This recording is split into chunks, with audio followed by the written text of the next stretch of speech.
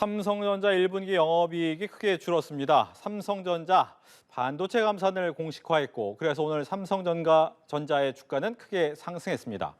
우리나라 수출의 상당 부분을 차지하고 있는 반도체 산업의 미래에 대해 석병훈 이화여대 경제학과 부교수, 김양팽 산업연구원 전문연구원과 이야기 나눠봅니다. 안녕하십니까? 안녕하십니까? 네, 어서 오십시오. 먼저 화상 연결이 되는 김양팽 전문연구원께 질문을 좀 먼저 드리면 연구원이 나오셨죠? 네네. 네, 먼저 삼성전자가 생각보다 좀 많이 떨어진 실적을 보였습니다. 이유가 어디 있을까요? 네, 아무래도 삼성전자의 매출 중에서 반도체가 차지하는 부분이 상당히 크다고 보일 수 있을 것입니다. 그런데 작년 하반기부터 시작해서 올해 1분기까지 반도체 매출이 상당히 크게 줄어들었고요. 실제적으로 우리나라 수출 실적을 보더라도 반도체가 전년 동기 대비 30% 이상, 40% 이상 줄어들어 있습니다. 따라서 이러한 반도체 실적 악화가 결국 삼성전자의 전체적인 실적 악화로 이어지지 않았나 그렇게 보여집니다. 그렇군요. 석 교수님, 보통 이제 반도체 같은 경우에 최근에 안 들어가는 곳이 없잖아요. 자동차도 반도체가 없어서 늦게 나온다 이런 얘기가 들었는데 수요가 준 이유가 있습니까? 예, 뭐 삼성전자에서 주로 생산하는 반도체는 메모리 반도체인데요. 네. 메모리 반도체 같은 경우는 주로 쓰이는 곳이 모바일 폰이나 아니면 서버, 고성능 컴퓨터죠. 서버에 주로 들어가고 있습니다. 네. 근데 이런 것들은 이제 내구재라고 해가지고요. 경기가 안 좋아지거나 이러면 굳이 뭐 스마트폰 이런 거 멀쩡하게 쓰고 있는데 교체할 이유가 없지 않습니까? 당장 경기가 안 좋아서 내가 소득이 줄어들고 있는데요. 몇 년 더 쓰죠, 쓰던 거를. 그런데 최근에 전 세계적으로 물가가 상승하고 있으니까 이것을 갖다가 억제하기 위해서 중앙은행들이 연이어 금리를 인상하다 보니까 네. 뭐 경기 침체의 조짐이 보이고 있습니다. 아하. 그래서 당연히 소비자들이나 뭐 기업 입장에서는 투자를 늘려서 서버를 교체한다든지 아니면 나에게 멀쩡하게 쓰고 있던 스마트폰을 바꾼다든지 하는 수요가 대거 줄어들었습니다. 그러니까 그 안에 들어가는 반도체가 당연히 수요도 줄어드는 것이죠. 그래서 삼성전자의 그 반도체가 이제 팔리지 않게 되는 이런 상황을 맞이하게 된 것으로 보입니다. 그렇군요. 김 연구원께 질문 드리면 그런데 이제 LG전자 같은 경우에는 생각보다 놀라운 성적이 나왔더라고요. 이유는 어디 있습니까? 네, 지금은 실제적으로 LG전자가 삼성전자와 같이 이제 우리나라 양대 가전업체로서 존재하고 있습니다만은 네. LG전자, 삼성전자의 사업 구조는 지금 조금 많이 달라졌다고 보시면 될 것입니다. 아하. LG전자 같은 경우에는 지금 가전제품, 우리가 소위 말하는 백색 가전에 집중을 하고 있는 면이 크고요. 하지만 그 백색 가전 중에서도 프리미엄 제품을 집중을 해서 개발을 하고 판매를 하고 있습니다. 또한 지금 전장 제품이라든지 다른 사업 다각화를 통해서 B2B 그런 이제 거래도 활발하게 이루어지고 있고요. 그러다 보니까 그런 안정적인 부분에서 수익이 발생을 하게 되고 삼성전자와 이번에 이러한 차이가 나지 않았나 그렇게 보여집니다. 예. 보통 이번에 이제 반도체 사이클이라고 보통 얘기를 하는데 그럴 때 특별하게 감산하지 않겠다. 자연적인 감산을 생각하겠다. 삼성전자가 얘기를 하다가 영업이익 나오자마자 확실한 얘기를 좀 보였단 말이죠. 이렇게 좀 바꾼 이유가 있을까요? 뭐 이번에 아무래도 반도체 부분에서 손실이 무려 뭐 4조 원에 가까운 적자를 본 것으로 지금 추정이 되고 있는데요. 그 가장 큰 이유는 반도체에 대한 수요 감소, 그래서 반도체 시장이 안 좋아진 것이 예상을 좀 뛰어넘는 수준이다라고 판단했기 때문으로 보입니다. 그리고 삼성전자 같은 경우는 그동안에 그 막대한 자금력과 기술력을 바탕으로 네. 지금 메모리 반도체 같은 경우는 삼성전자하고 SK 하이닉스, 마이크론이 사실상 과점 체제인데요. 세 기업이 그 마켓의 그 쉐어를 대부분 차지하고 있는 삼성전자 같은 경우는 이런 불황에도 불구하고 자신은 기술력과 자금력이 뛰어나니까요. 네. 오히려 생산을 인위적으로 줄이지를 않아가지고 그 가격이 낮아도 뭔가 이렇게 생산량을 늘려서 오히려 마켓 쉐어를 가격을 더 떨어뜨려서 경쟁 업체들이 못 견디게 만들고 스스로 감산을 하게 만들므로써 자신들은 마켓의 점유율을 늘리는 전략을 써왔었습니다. 그런데 지금은 오히려 그 손실이 더 걷잡을 수 없이 커지고 반도체 시장에서 수요가 좀처럼 늘어나지 않으니까 이제는 자신이 인위적으로 감산을 하겠다고 시그널을 정확하게 줌으로써 다른 경쟁 업체인 SK 하이닉스와 마이크론도 그러면 그 시그널을 받아들이고 우리도 감산에 동참을 하게 되면 시장에 나와 있는 그 반도체 이미 그 고객들이 쌓아놨던 재고도 소진이 되고 감산이 되니까 가격도 급격하게 상승을 해서 공급이 줄어들잖아요, 반도체가. 그러면 이제 매출액도 늘어나는 효과를 달성하기 위해서 경쟁 업체들도 동시에 감산에 동참해라 이런 시그널을 확실히 주기 위해서 발표를 한 것으로 보입니다. 그렇군요. 김영건님, 이 와중에 이제 주식이 원래 예상보다 낮은 실적이면 많이 떨어져야 되는데 이렇게 갑자기 오르고 하이닉스 같은 경우에도 같이 주가가 많이 오른 이유는 앞서 얘기한 감산 때문입니까? 네, 그렇죠. 지금 이제 교수님께서 말씀을 해주셨는데 네. 지금 현재 메모리 반도체 가격의 하락 원인 중에 하나가 수요 감소로 인한 재고 축적, 재고가 많이 쌓이다 보니까 반도체 단가가 하락되었다. 그런 흐름으로 이어지는 부분입니다. 그런데 삼성전자, 즉 메모리 반도체를 제일 많이 생산하는 삼성전자가 재고량을 조절하고 생산량을 조절한다는 부분은 그만큼 앞으로 재고량이 점점 줄어들 것이라는 기대를 충분히 낼 수 있는 부분이죠. 그렇게 되면은 아시다시피 이제 주식은 앞으로 향후 기대 가치를 보는 거지 않습니까? 그렇죠. 그랬을 때 메모리 반도체 시장이 이제 조금 지금보다는 나아질 수 있겠다라는 가능성이 높아지고 아마 이제 그 부분을 평가를 하면서 주식 가격도 같이 올라가지 않았나 그렇게 여겨집니다. 예. 뭐 연속해서 한 번 더 질문을 드리면 말씀하신 것처럼 감산하겠다 하지만 투자는 줄이지 않겠다라고 얘기를 하고 있는 이유는 어디 있습니까, 그러면? 네, 그 부분은 지금 감사는 단기적인 시장을 보는 것이고 지금까지 삼성전자가 이제 향후 회복기를 노리고 계속 그 생산을 유지했습니다만은 역시 이 회복 자체에 대한 기대감이 지연되는 부분도 있고 삼성도 감당할 수 있는 그런 부분들이 이제 어느 정도 한계 왔다고 보시면 될 것입니다. 그래서 감산을 결정을 하게 되고 이제 시장 반응이 이렇게 좋아졌는데 실제적으로 반도체 시장은 이러한 단기적인 시야보다는 장기적으로 향후 10년 내지는 20년을 바라보고 움직여야 되는 부분이 큽니다. 따라서 지금 당장은 경기가 좋지 않더라도 계속 R&D 투자를 지속적으로 함으로써 우리가 가지고 있는 메모리 반도체의 그 경쟁력을 장기적으로 지속적으로 강화하겠다 그런 전략으로 보시면 될 것 같습니다. 알겠습니다.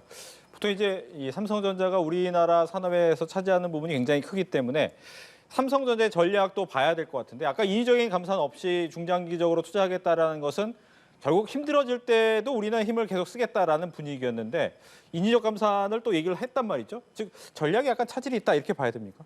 예, 뭐 그런 부분에 저도 동의를 합니다. 왜냐하면 지금 생각보다 뭐 경기 침체 우려가 커지고요. 최근에 뭐 실리콘밸리 뱅크 사태로 금융 위기 가능성까지 촉발이 되면서 경기 침체 우려가 커져가지고요. 기업의 투자 수요도 살아나지 않으니까 뭐 서버 교체 수요도 없고 그다음에 뭐 소비 수요도 살아나지 않아서 고금리 상황이 지속되다 보니까 뭐 모바일 폰에 대한 수요도 생각보다 크게 늘어나지 않으니까 여기 들어가는 반도체 수요가 늘어나지 않아서 반도체 시장이 생각보다 안 좋은 상황입니다.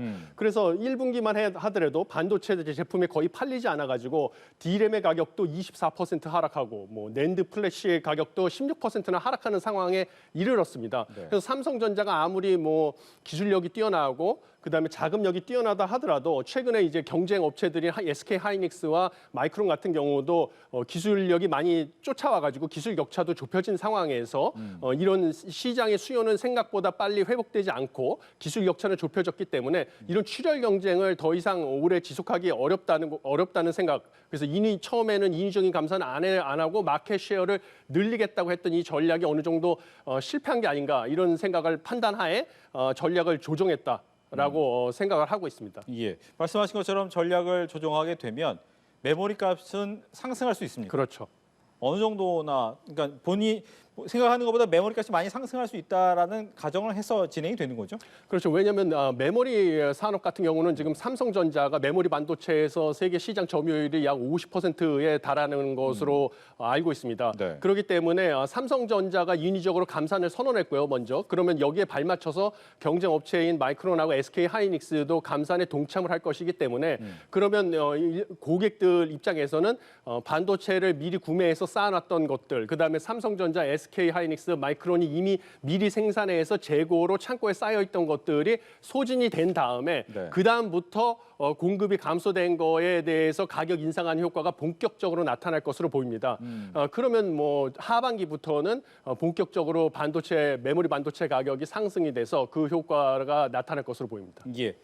김 연구원께도 질문을 드리겠습니다. 지금 삼성전자의 감산 결정으로 메모리 가격이 올라갈 것이다. 그런데 반도체 산업의 약간의 호황은 언제쯤 나타날 수 있습니까? 그러면? 지금 앞서서 교수님께서 말씀하신 이런 하반기에 성장할지 말지 부분은 사실 조금 더 지켜봐야 될 부분이 없지 않아 있습니다. 왜 그러냐면은 이 반도체만 그 소비가 되는 제품이 아니고 앞서 교수님께서 말씀하신 것처럼 우리 전자 제품이라든지 다른 기기들에 많이 채용이 돼야 되는 거죠. 네. 그래서 소비 심리가 회복되는 것이 우선 더 중요하다고 보여지고 그런 소비 심리 회복을 위해서는 아무래도 지금 현재 글로벌 경기 둔화 이 부분이 먼저 해소가 되어야 될 것 같습니다. 따라서 반도체 경기 회복이라는 것은 그런 단순하게 반도체 소비를만 증진시킬 수 있는 방법이 없기 때문에 네. 전체적인 글로벌 경제가 조금 더 회복되는 그런 시점으로 봐야 되지 않을까 그렇게 생각을 합니다. 예. 여기 하나만 더 질문을 드리면 지금 미국 같은 경우에 치포를 계속해서 이야기를 하고 있는데 이 부분이 어느 정도 영향을 미칠 수가 있습니까? 사실 치포라는 부분이 형식적으로 뭐 미국이 말을 했다라고 그러는데 공개적으로 미국이 뭐 이 네 개 나라를 모아서 어떻게 하고자 하는 움직임을 보인 적은 없습니다. 다만 그런 치포의 나라들이 거론되는 부분은 실제적으로 반도체를 만들 수 있는 우수한 기술을 가지고 있는 나라가 이 네 개 국가인 것이고 이 국가들이 계속해서 이제 첨단 반도체라든지 차세대 반도체를 생산을 하려고 하다 보니까 이런 주목을 많이 받게 된 부분들이죠. 그래서 치포로 인해서 반도체 경기에 영향을 받거나 주기보다는 이런 차세대 반도체에 대한 개발에 이 국가들이 어떻게 협력을 해서 이어가느냐 그런 부분이 오히려 주목이 될 부분인 것 같습니다. 알겠습니다.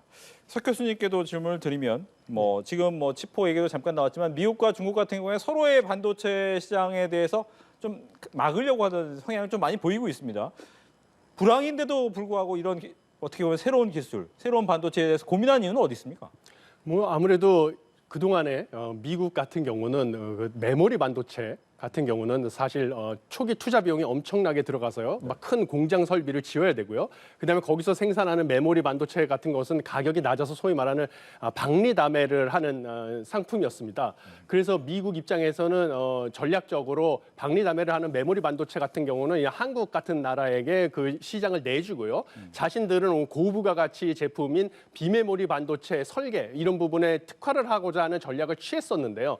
최근에 뭐 AI, 챗GPT 열풍에서 보셨듯이 인공지능 이런 것이 발전을 하면서 거기에 들어가는 그 인공지능 서비스를 제공하기 위해서는 고성능 컴퓨터인 서버가 필요하고요. 또 서버에 이제 뇌의 역할을 하는 중앙 처리 장치에 들어가는 고부가 가치 메모리 반도체가 필요하다는 사실을 인지하기 시작했었습니다. 그래서 이제 더 이상 메모리 반도체 자체도 저부가 가치 박리담회 제품이 아니라 고부가 가치 제품이고 미래에 아주 사용 용도가 많은 인공지능에 필요하고 그다음에 이 메모리 반도체 고성능 메모리 반도체가 인공지능에 활용이 되다 보니까 뭐 방위 산업에도 쓰이게 되고 이래서 미래의 이제 국가 발전에 경제 발전에 핵심 재료로 사용을 된다는 것을 인식을 했기 때문에 이러한 여러 가지 공장 설비라든지 뭐 이런 것을 국내로 유치를 해서 한국과 미국 간의 그 메모리 반도체에서의 기술 격차를 빠른 시일 내에 따라잡기 위해서 미국이 이러한 전략을 짜는 것으로 보이고요.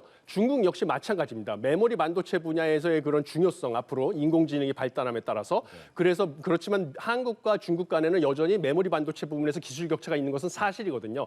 그런데 그 기술 격차를 좁히는 가장 효과적인 방법은 경제학에서 입증된 효과적인 방법은 그 나라 기업, 한국의 삼성전자나 SK 하이닉스 같은 기업의 투자를 자국에 유치를 해서요. 자국 내에 그 나라의 그 기업들의 공장을 짓게 만든 다음에 그 공장에서 생산하는데 자국의 그 과학자들이나 아니면 노동자들이 취업을 해서 일을 하게 하면서 그 생산 기술을 보고 배우는 거. 이게 기술 격차를 좁히는데 가장 효과적인 방법이라는 게 경제학에서 입증이 됐습니다. 그래서 그 방법을 사용하기 위해서 중국도 또 동일한 전략을 쓰고 미국도 최근에 반도체 지원법을 통과시키면서 동일한 전략을 쓰고 있는 것으로 보입니다. 알겠습니다. 이렇게 해서 삼성전자 1분기 영업이익과 관련된 이야기를 스튜디오에서는 석병훈 부교수, 또 화상연결로서는 김양팽 전문연구원과 함께했습니다. 오늘 말씀 잘 들었습니다. 감사합니다. 감사합니다. 고맙습니다.